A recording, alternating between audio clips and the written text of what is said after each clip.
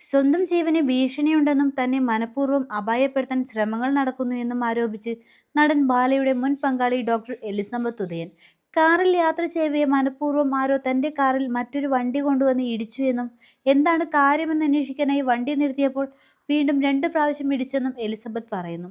കൂടാതെ ബാല വിഷയത്തിൽ തന്നെ പിന്തുണച്ചെത്തിയ അഭിരാമി സുരേഷിനെയും എലിസബത്ത് പരോക്ഷമായി വിമർശിക്കുകയും ചെയ്തു.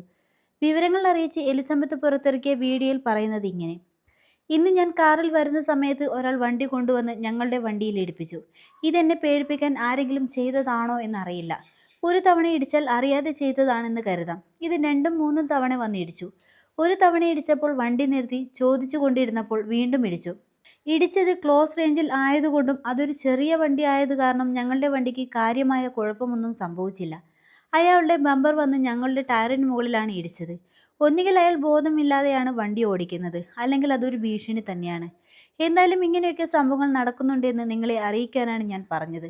അതൊരു ഭീഷണിയാണോ അതോ ഇത്രയും വണ്ടി ഓടിക്കാൻ അറിയാത്ത ആളാണോ വണ്ടി ഓടിക്കുന്നത് എന്നറിയില്ല. 3 തവണ സിമ്പിളായി അത് വെറുതെ കൊണ്ട് വേറൊരു വണ്ടിയിൽ ഇടിക്കേണ്ട കാര്യമില്ല.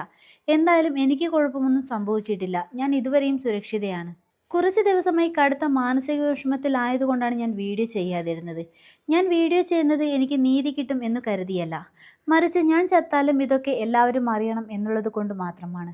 എൻ്റെ വീഡിയോയ്ക്ക് സപ്പോർട്ട് ചെയ്ത് വീഡിയോ ഇട്ട പലർക്കും ഭീഷണി വരികയും പലർക്കും കോപ്പിറൈറ്റ് സ്ട്രൈക്ക് കിട്ടുകയും ചെയ്തു എന്നറിഞ്ഞു. അതിൽ വലിയ വിഷമമുണ്ട്. അയാളുടെ ഗസ്റ്റ് ഹൗസിൻ്റെ കാര്യം പറഞ്ഞു പലരും വിളിക്കുന്നുണ്ട്. അവർക്ക് ഗസ്റ്റ് ഹൗസിൽ നടന്ന പല കാര്യങ്ങളും അറിയാം എന്നൊക്കെ പറഞ്ഞുകൊണ്ട് ഈ ഫോൺ നമ്പറിൽ വിളിക്കൂ എന്നും പറയുന്നുണ്ട്.